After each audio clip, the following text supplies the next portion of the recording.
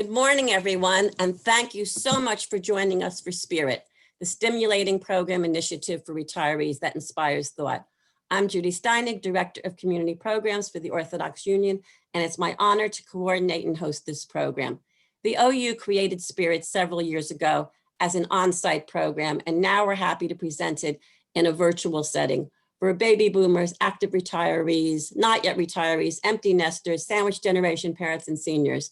Everybody who's looking for opportunities for educational, intellectual, and spiritual growth.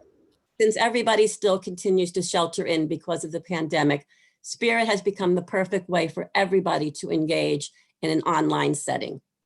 The Spirit program has recently become acquainted with the educational outreach efforts of Weill Cornell Medicine from New York Presbyterian Hospital of Queens. Over the next few months, we will be hearing from some of their experts on various health matters that affect our Spirit demographic. Today, we'll be addressing the very important issue of breast cancer, and we're honored to have a presentation by Dr. Lauren Elrada, Assistant Professor of Medicine, Department of Hematology and Oncology from Weill Cornell Medicine of New York Presbyterian of Queens. It's my privilege to welcome Dr. Elrada to the Spirit Forum and turn the program over to her. Good morning, everyone. Thank you, Judy, for the introduction. And as you know, October is Breast Cancer Awareness Month, and I felt that it would be appropriate to have a talk about breast cancer, give an overview in 2020, what we've done and where we are now. So, as per the American Cancer Society, the estimated new cancer cases in the United States in 2020, unfortunately, are approaching close to 2 million cases a year. And as you can see on this graph, men lead with prostate cancer being the #1 diagnosis, and breast in females, followed by lung in both groups. The lifetime probability of developing cancer for females, specifically in all sites, is 1 in 3. But when you look at breast specifically, it is 1 in 8, which is still pretty high.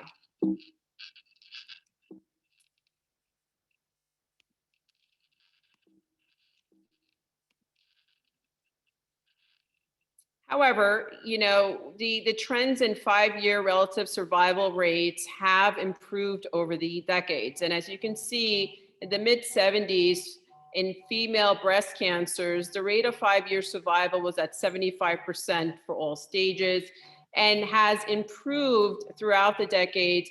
And now, close to 2016, the last reported survival rates at 91% at 5 years.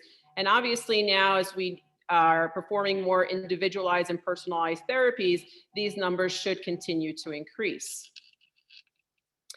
The estimated deaths for cancer in the United States are still quite high. Over 500,000 people are still dying of cancer in the United States in 2020.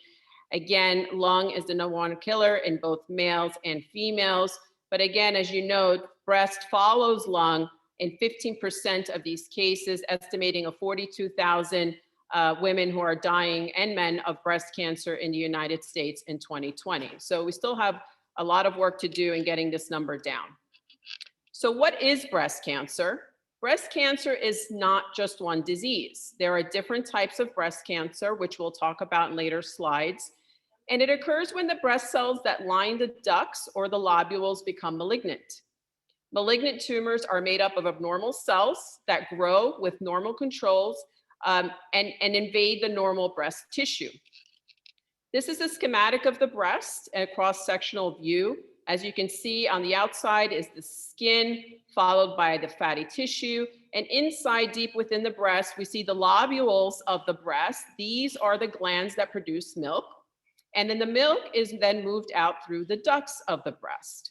These are the 2 most common areas where breast cancer can occur. And if you look closely, you can see the veins and arteries that penetrate the breast, bringing blood into the breast and out of the breast. And in conjunction, nearby, you'll see close lymphatics nearby the circulation that carry our immune cells and that are responsible for filtering the blood and fighting infection, cancer, and inflammation. So when a woman develops breast cancer, We worry that the breast cells can invade into the circulation and through these lymphatics. So part of our workup is to identify the pattern of spread. Now, before we go into all of that, I wanted to talk a little bit about the breast cancer risk factors. And there are a lot of risk factors for breast cancer. Obviously, one of them is getting older. The older we get, the more susceptible we are to developing mutations that make us more vulnerable to developing different types of cancers. A personal history of ovarian cancer or breast cancer increases the risk. Having a first-degree relative, such as a mother, daughter, or sister who has had breast cancer also increases the risk. Having a previous breast biopsy that has shown a precancerous lesion, a high-risk lesion like hyperplasia or carcinoma in situ increases your risk. Early menarche, meaning you have a period onset of probably less than 12 years of age. The earlier a girl gets her period, the more exposure she has to endogenous estrogens, which also have a higher risk for development of breast cancer. Same for women who go through late menopause. Women are then have a longer reproductive cycle and have repeated exposure to endogenous estrogens. So these are types of questions we ask women when we see them for a consultation. Having an inherited mutation in BRCA1 and BRCA2, which I'll go into a little bit more in detail, is very important and presents the highest risk of breast cancer development. Being nulliparous or never having children also presents a higher risk because these women are exposed to a longer reproductive cycle, endogenous estrogen exposure. And we know that women who get pregnant and have children usually will drop their levels of estrogen postpartum and remain lower than a nulliparous woman. Not breastfeeding also increases the risk because we do know when women breastfeed, the estrogen levels do come down. Taking birth control, most of the birth controls that we talk about are estrogen and progesterone based. So again, the stimulus being the hormones for 4 or 5 or more years. Combined estrogen and progesterone hormonal replacement therapy. This is not as utilized these days anymore. We used to give hormone replacement therapy to women with severe menopausal symptoms, and we've learned over time that replacing these hormones has increased the risk for ovarian, breast, and other reproductive cancers. Having dense breasts also increases the risk because we know that women with dense breasts also have fatty tissue that is increased in their breasts that holds more estrogen, and increased alcohol and obesity also have been correlated. What about the mutations? The breast cancer mutations, BRCA1 and BRCA2, are the most notable mutations in breast cancer that we look for. BRCA1 was discovered in 1995 and BRCA2 was discovered in 1996. It's present in less than 1% of the population, and it accounts for approximately 5 to 10% of all breast cancer. So we also have to realize that most of the women that present to us are not mutation carriers. They are spontaneous breast cancers that have arisen for other reasons, which we'll talk about later. Women carrying these mutations, however, do have a lifetime risk of developing breast cancer of up to 80%. There are 3 common mutations that are seen in the Ashkenazi Jewish women population. We know that the risk in this particular population is higher, 1 in 40 chance of developing breast cancer.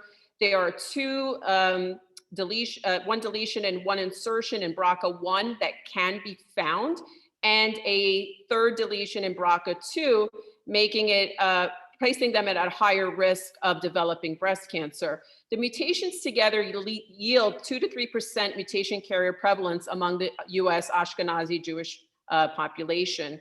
And what's interesting is that in the BRCA1 cohort, we see a high prevalence of this mutation in Hispanic population as well. There are other genes that are associated with the increased risk of breast cancer, some of which I've listed here.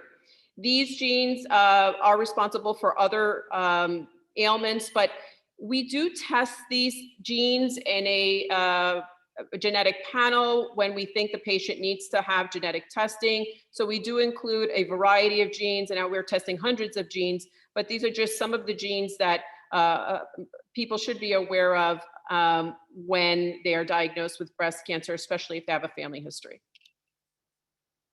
And as you can see here, just to point out, BRCA1 and BRCA2 leads in the highest risk of breast cancer if it's found in a patient.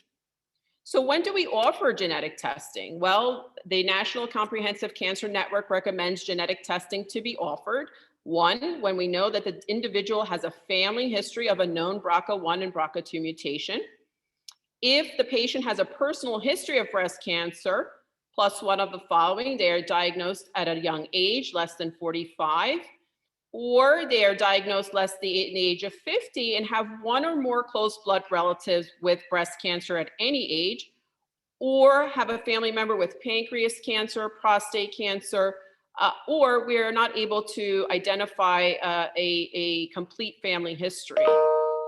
Patients who are diagnosed with something called triple negative breast cancer and are under the age of 60 should also receive genetic testing, and we'll go over what triple negative breast cancer is later. Other patients who should be tested are those who have two or more close blood relatives with breast, pancreatic, or prostate cancer at any age, one or more close blood relative with breast cancer over the age of 50, more than one close blood relative with ovarian cancer, a close male relative with breast cancer, or a personal history of ovarian, fallopian tube, or primary peritoneal cancer.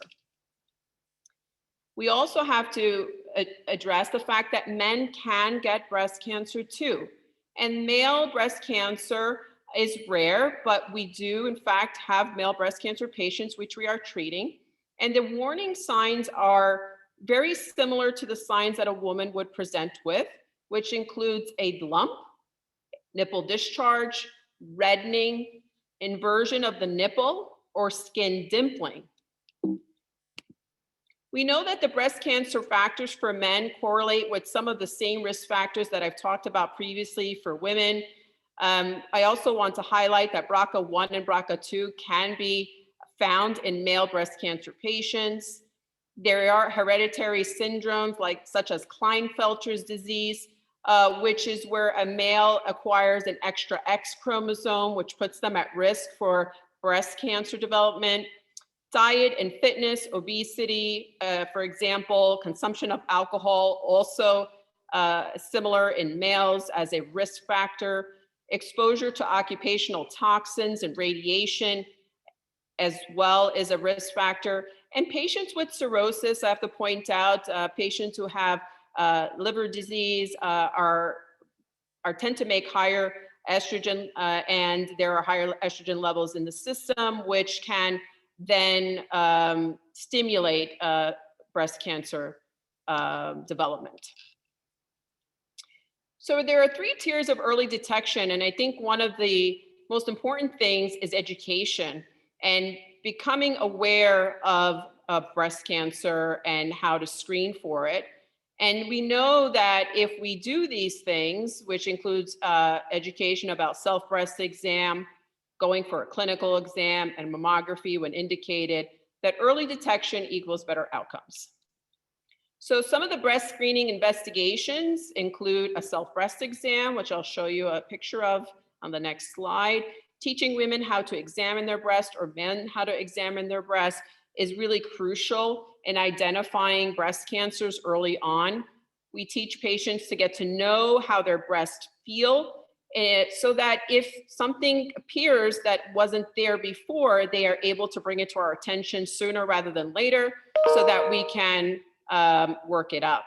A clinical breast exam is usually done by a doctor or a nurse practitioner, and it is a safety net. If the patient's not catching something, maybe the doctor or the NP will, and that gives us another extra layer of examination. Mammography, as we all know, is the screening modality that we use for detection of breast cancer. It's not always sensitive to picking up cancers, especially in women who have dense breasts.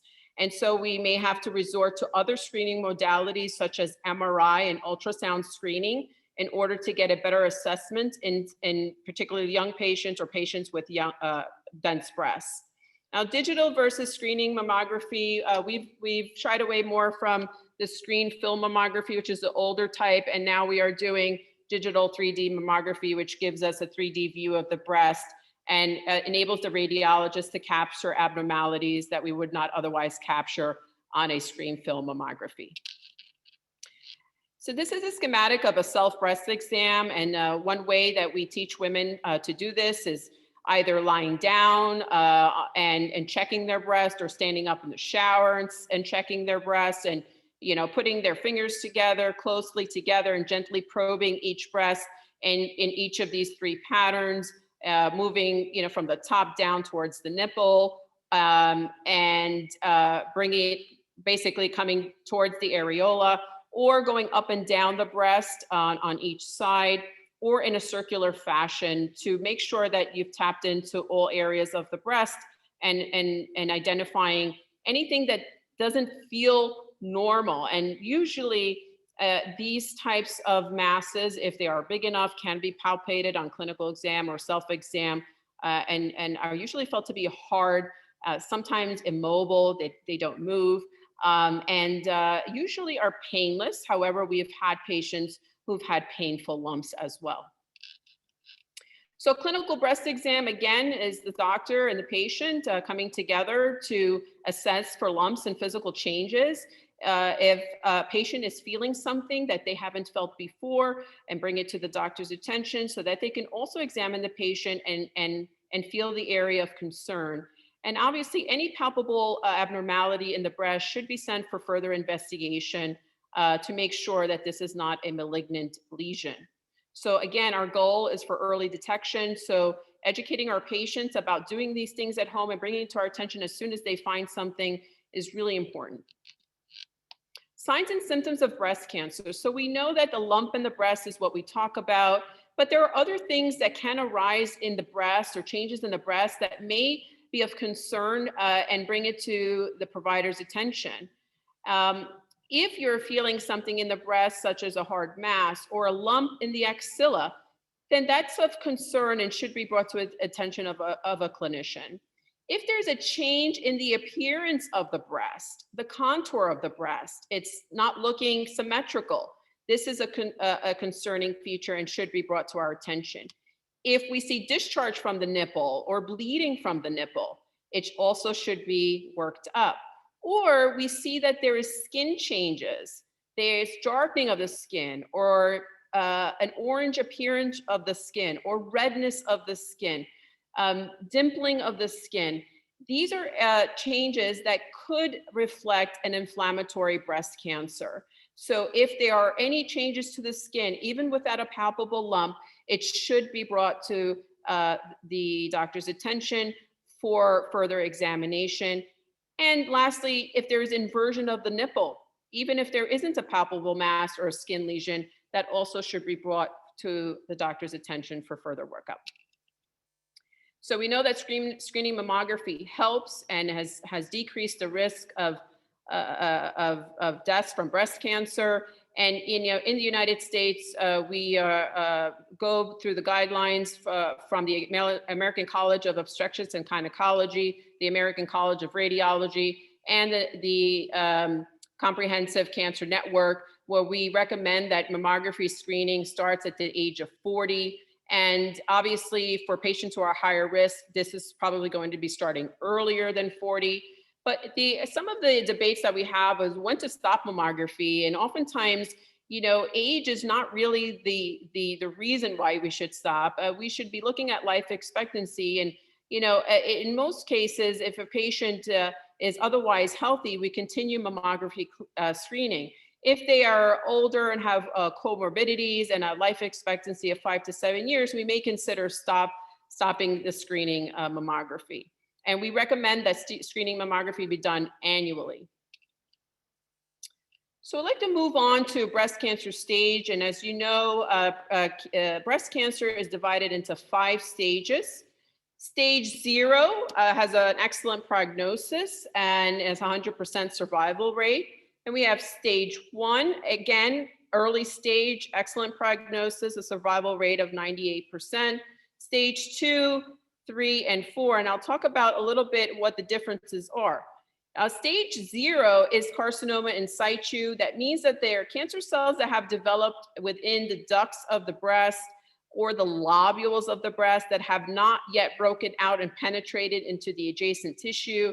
These are the earliest breast cancer lesions that we find and oftentimes treated with surgery and no need for further medical therapy, but could require radiation depending on what kind of surgery you have had done. Stage 1 cancer is an early stage breast cancer that has invaded the surrounding tissue, but it has not gone into the lymphatics.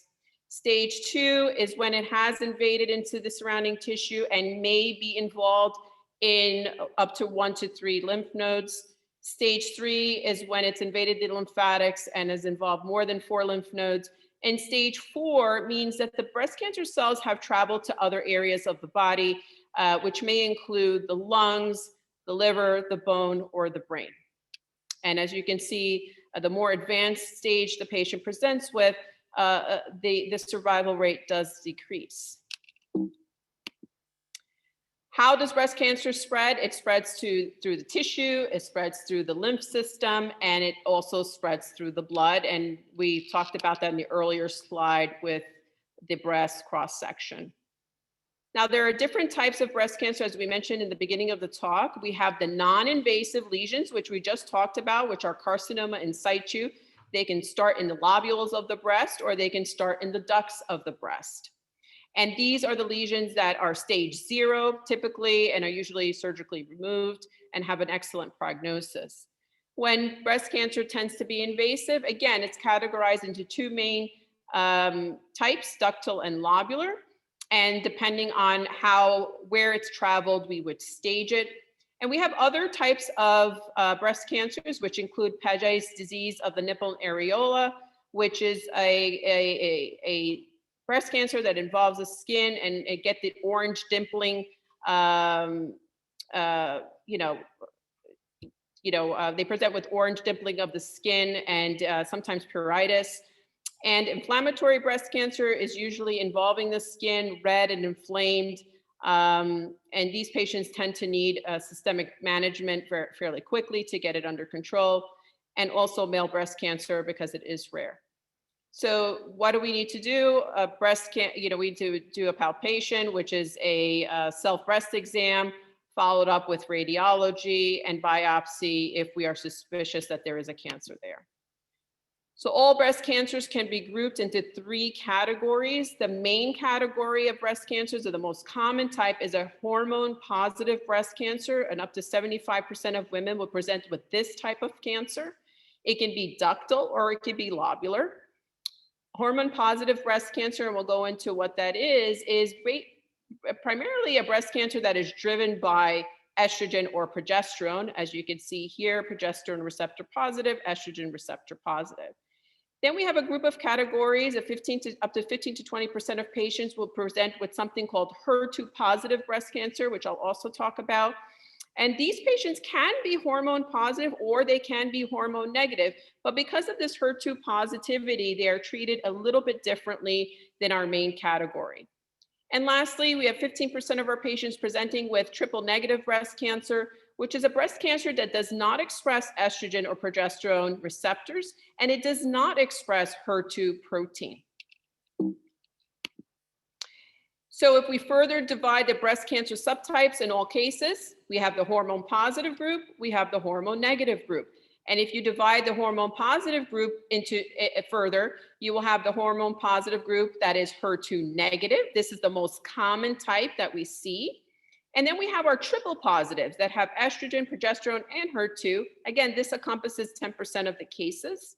And in our hormone negative group, we have patients who are hormone negative, HER2 positive. This is the least common of all. These patients usually receive therapy directed at HER2 plus chemotherapy, and we'll talk about that later. And lastly, triple negatives, where they don't have any of these expressed, 13% of all cases. Now, before we move on to treatment, I wanted to touch about breast cancer in the elderly. We do have, Queens is is the most diverse county in New York City, and we do have an elderly population here, and we do see elderly breast cancer.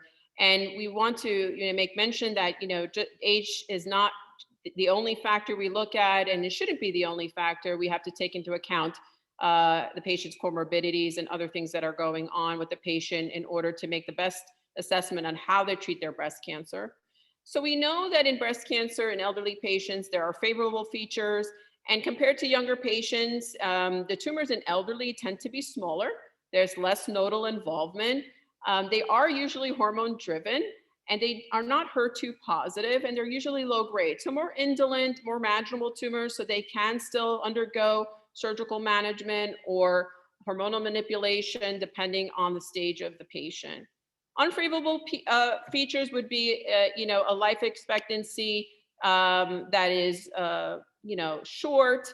We must weigh the life expectancy and treatment benefits, especially if it's an aggressive disease or an advanced stage. We have to take into account their comorbidities, and the presence of their comorbidities will tend to independently increase cancer mortality, meaning that if they have a heart issue or they're on dialysis, it may be very difficult to treat them for their cancer, and therefore their mortality increases. And obviously, frailty can adversely affect the treatment outcome and decrease overall survival. So treatment for breast cancer, there are 5 standard options. Obviously, we all know that surgery is part of the treatment paradigm for breast cancer management. We will talk about that. Radiation therapy, hormone therapy, chemotherapy, and targeted therapy. So surgical treatment options are 2 main treatment options, which is a lumpectomy, which you see on the top left. This is when the portion of the breast where the abnormality is removed. And what are the benefits of this? Well, it's less extensive surgery. Women will have breast conservation and keep their natural breast. And the recovery is shorter, sometimes from a few days to 2 weeks, depending on whether or not they needed to have their lymph nodes removed. But we also know that in patients who elect breast conservation therapy with lumpectomy, we usually will follow this up with radiation therapy. It's routinely done in younger patients. It's debatable in patients over 70. But the reason why radiation is needed is because the breast tissue is still present, and the majority of the breast is still present, and we want to reduce the risk of local recurrence in the breast. And radiation is used as a modality to do this, and it usually decreases the risk of local recurrence by 40%. On the other hand, mastectomy is also an option, with removal of the entire breast. It's a major operation. It takes an average of 4 to 8 weeks to recover, depending on the extent of the surgery, lymph node removal, and whether or not breast reconstruction was performed at the same time.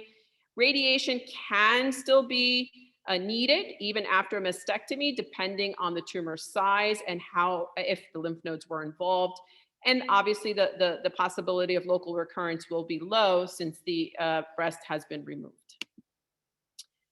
Now, sometimes breast conservation therapy cannot be an option. And the reason being is that for several things. One is that a patient may have a very large tumor, and it would be very hard to remove that completely without undergoing medical treatment to reduce the size of the tumor first. And this is something called neoadjuvant chemotherapy in breast cancer. So oftentimes it's a multidisciplinary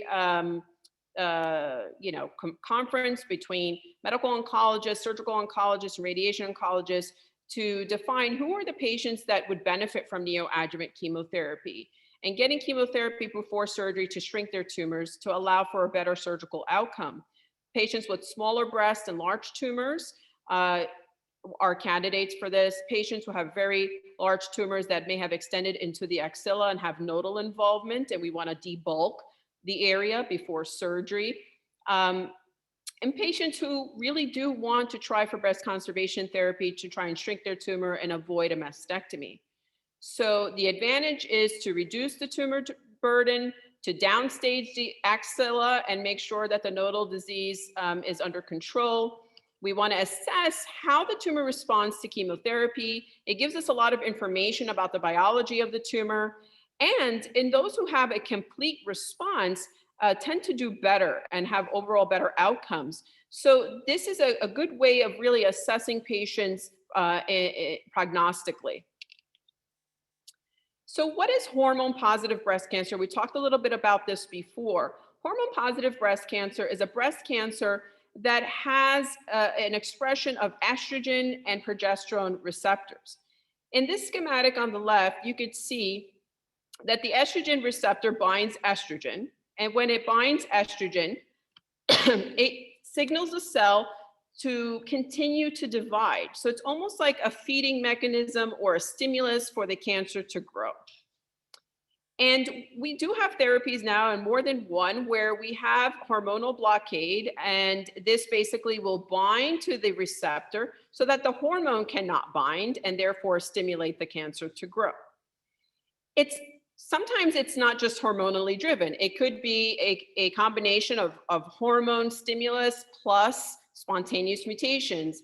And on the slide on the right, you can see that we have hormonal stimulation to these normal breast cells, which make them cancerous.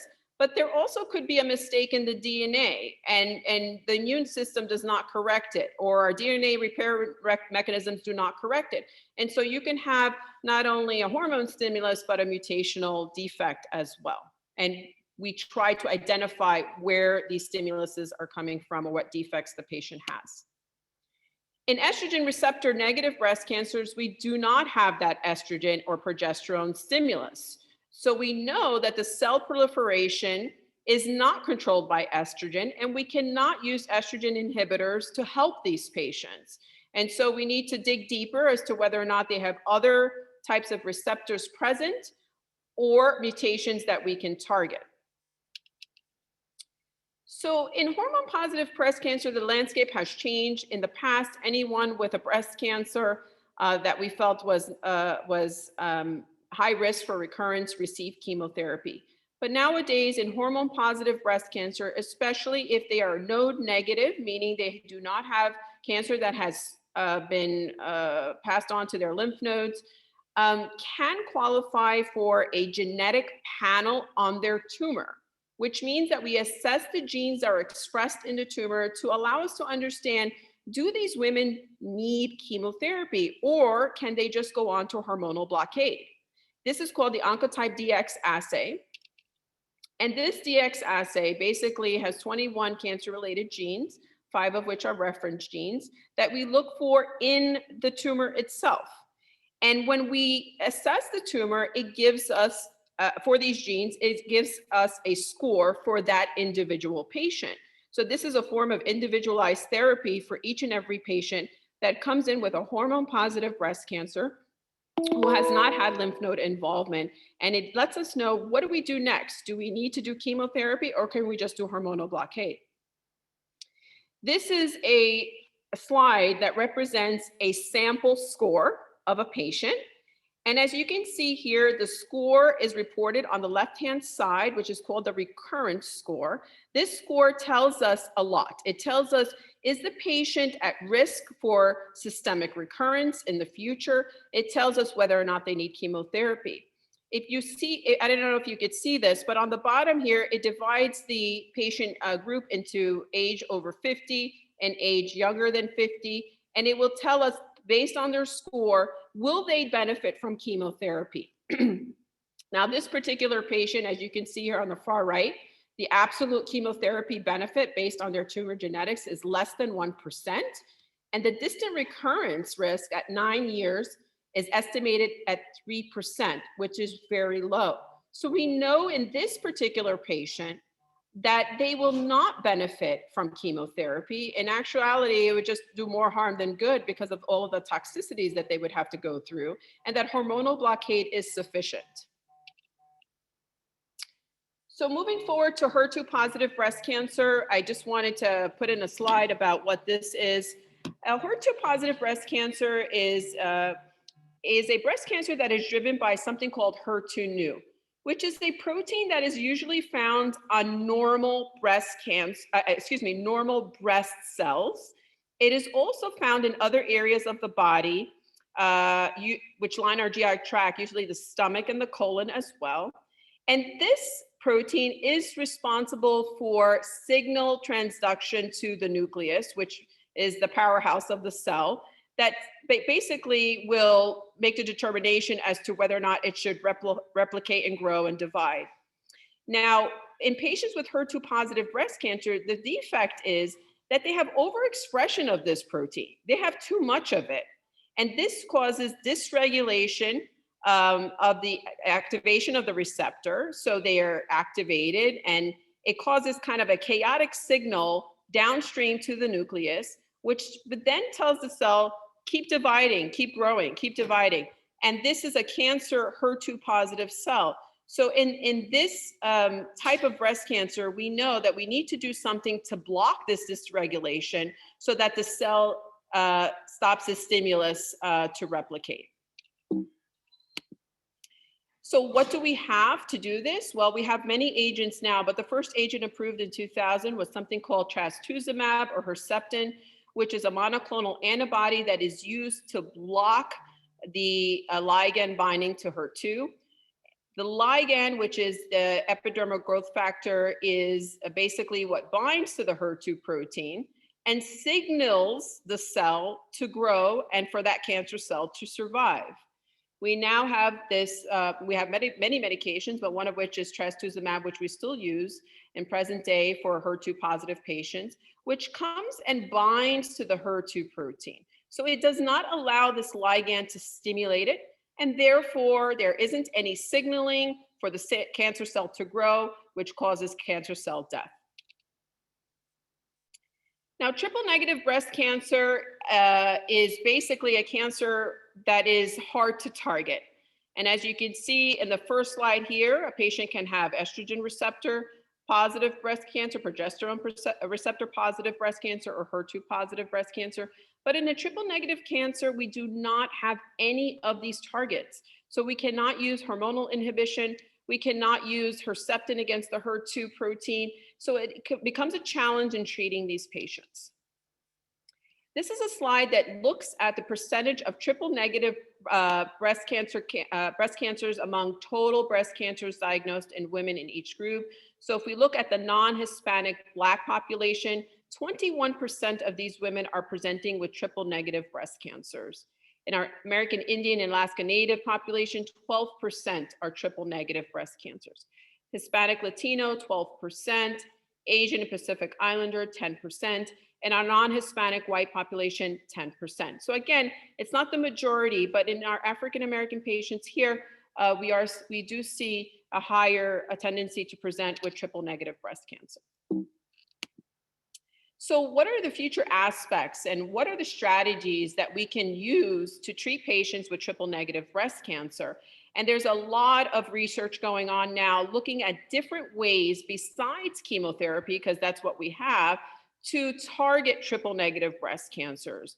And so we are looking at whether or not the patient has a BRCA mutation, because we do have medications now that target BRCA mutations. We're looking at whether or not the patient is sensitive to immunotherapy, which is a newer form of therapy for many solid tumors, including breast cancer, especially in the triple negative population. We are looking for other pathways within the cell that could be mutated that we can develop drugs for in order to stop the proliferation of cancer, and really redefining and refining our conventional chemotherapy, intensifying some of the agents that we have now, and studying which could be more effective. So a lot at play here for triple negative breast cancer, very exciting time for these patients. And every day we are seeing progress in getting these patients the treatment that they need. So what's on the horizon for breast cancer? Many things are on the horizon, and thankfully so. Besides chemotherapy and radiation therapy, we are looking at multiple ways to control the tumor environment or change the tumor environment of the breast cancer, which means that we don't want it to thrive. So anything that is contributing to its growth and to it thriving and spreading, we want to try and control and stop. And a lot of these that are here on this page represent different types of therapies that we are looking into now, some of which we already have and established and are being used. So I'm going to present a couple of those slides. This slide is a really nice representative of where we are and more. And as you can see here, this is a cell, okay? And we've talked about the estrogen receptor being expressed. So we know we have some agents now like tamoxifen and the aromatase inhibitors, which are medications that are used in menopausal women to block estrogens. Fulvestrant, also an estrogen blockade.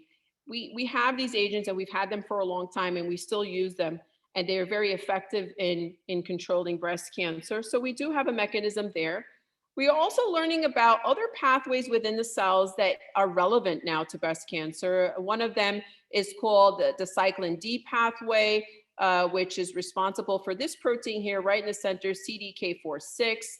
And we've been identifying that this is a pathway that is important in breast cancer, especially in hormone-positive disease, and is a site of target. And we already have 3 FDA-approved medications to block this target. And this is usually used in a first-line hormone-positive advanced metastatic breast cancer.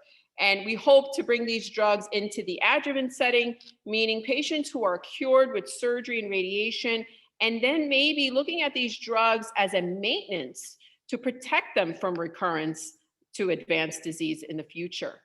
There are also other targets called the P13K, which we have a drug for. We can test for this mutation.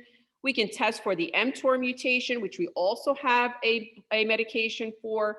And we also have here on the left, the MEK and RAF mutations. Again, so more and more data coming out about different targets that we can identify and try to use targeted therapy for. Again, this is mostly in the advanced stage setting, and we're looking at whether or not these agents can be used earlier on. So what about patients who have BRCA mutations? What about them? Well, we know that there are the BRCA gene is the BRCA1 and 2 are usually there and to function to repair daily DNA damage. And if they are there and they function, it allows the cells to grow in a healthy way.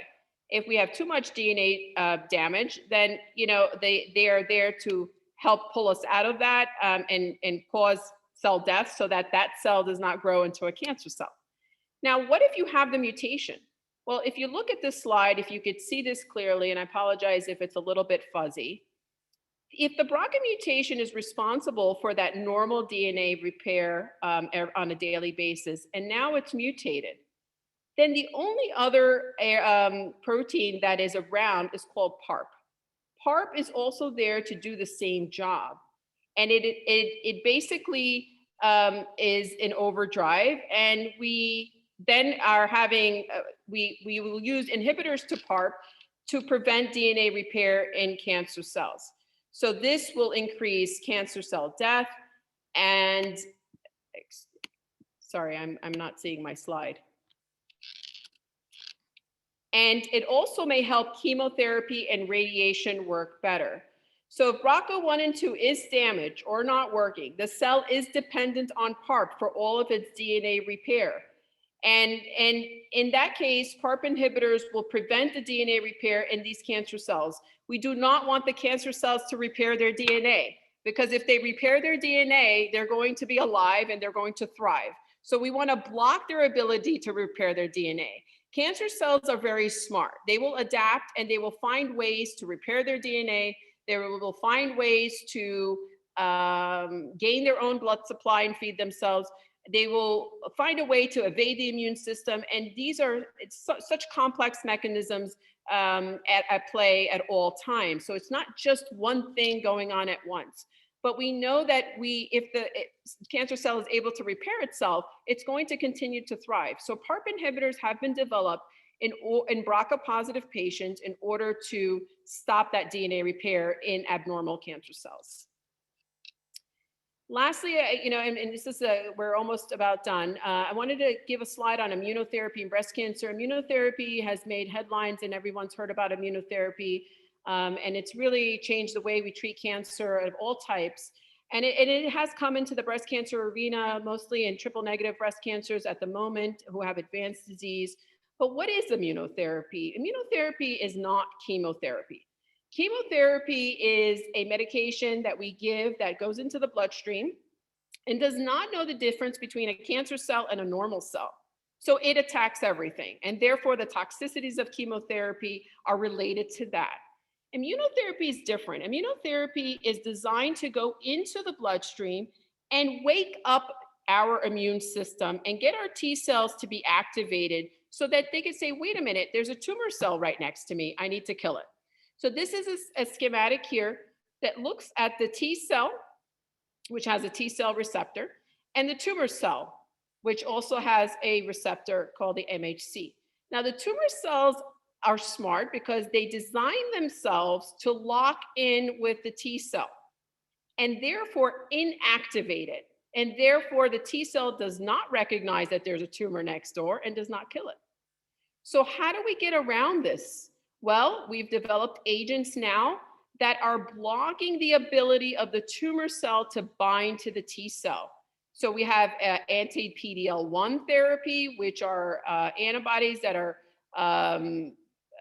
given intravenously that basically will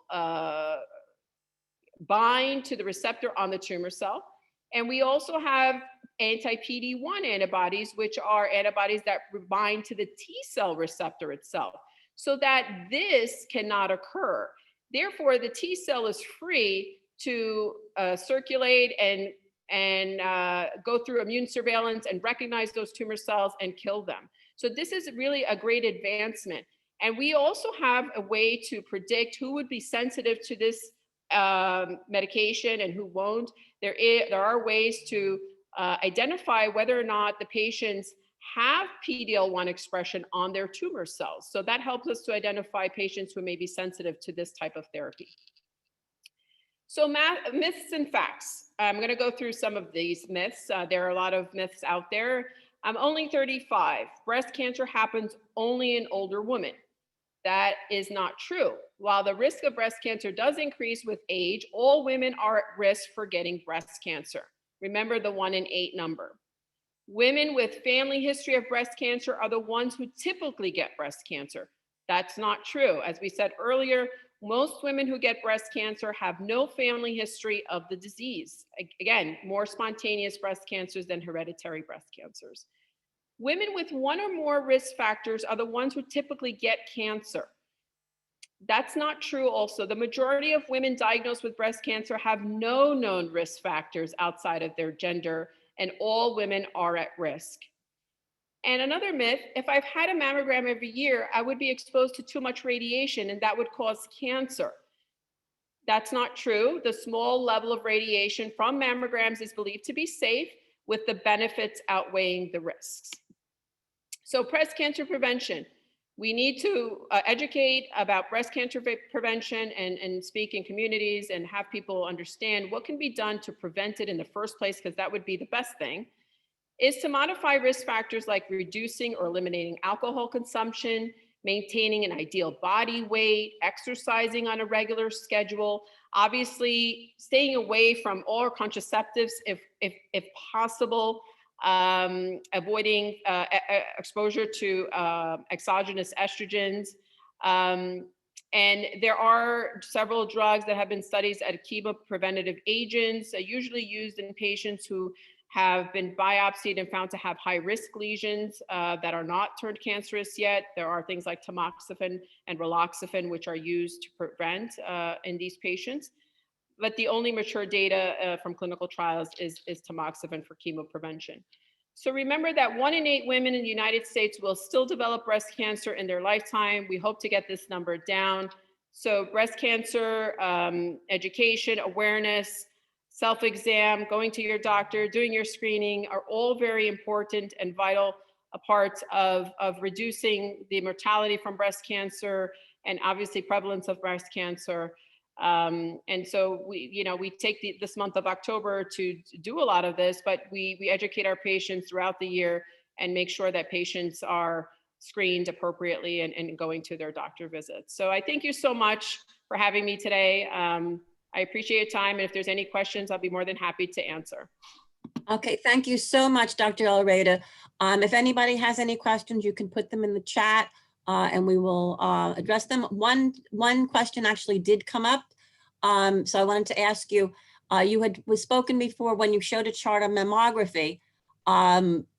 There was one thing at the bottom that said biennially. Is there any, but then there was some, there wasn't some clarity about that. So at what point, when after age 40, what are the givens of getting mammography? Every year, forever, or?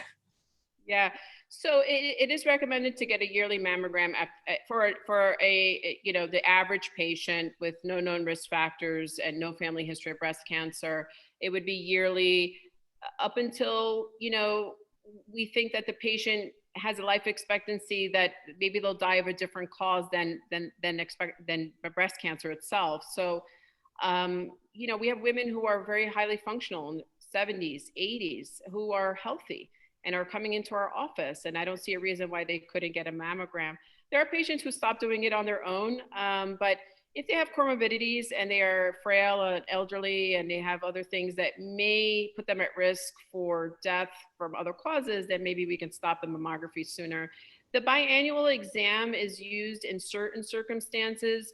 For example, if there is an abnormality or an asymmetry or some sort of cyst that is seen on an ultrasound or mammogram that the radiologist feels needs a closer follow-up, we would do a 6-month follow-up in those patients. Otherwise, in patients with no palpable abnormalities or breast complaints with a normal mammography, it would be yearly.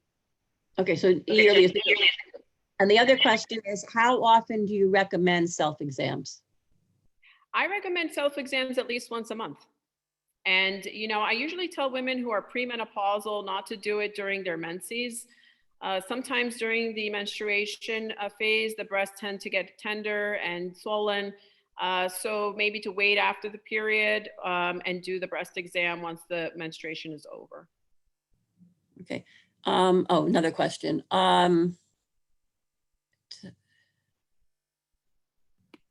Latino women who present with BRCA, I'm not sure what the question is. Most likely had, if there are people who had ancestors who escaped Spain in the 1400s and they were originally Jewish, is that an issue, a different issue for BRCA? That might not be within the purview. Well, I don't know exactly. The 1400s, a long time ago. But anyone who knows their family history, I mean, if they are Ashkenazi Jewish descent, or they know that there's someone in their family who's had BRCA, they need to be tested. I mean, these are patients who are high risk. So knowing your family history is really important. And unfortunately, nowadays people really don't know where they came from, or where their ancestors came from, and don't have that family history. May not know what people have died of before. But if you do know that information, it's best to bring it forward, because then it enables us to do a better workup for that patient. And obviously, age counts too. Even if you don't have a family history, if you're presenting at a younger age, you may have the BRCA mutation, and we do test for those patients. And we've gone over some of the scenarios where you would test for it anyway. Okay. Well, I think that about covers our questions. I want to thank Dr. Elrada so much. The recording of this program will be sent out later today. So we want to thank everybody for attending, and thank New York Presbyterian Hospital for presenting this program, and Dr. Elrada spending her, I'm sure, a very, very busy day spending with us. We thank you so much. Thank you so Next, much, Judy. next week, we'll be continuing the program with Changing Your Space to Age in Place with Faggy Horowitz on Tuesday, and another program on Rediscover and Relocate with other options for living in other places. That will be on Thursday as a pre-recording, but you'll be getting all that in emails to, so you'll know how to do that. I want to remind everyone again that November 10th and 12th, we will be having presentations on Kristallnacht and Veterans Day. So we're going to confirm all that next week. So if you do want to participate with a personal presentation, please let me know in a few days. Have a great day, everyone. Have a good Shabbos. Be safe and healthy. Thank you so much for joining us.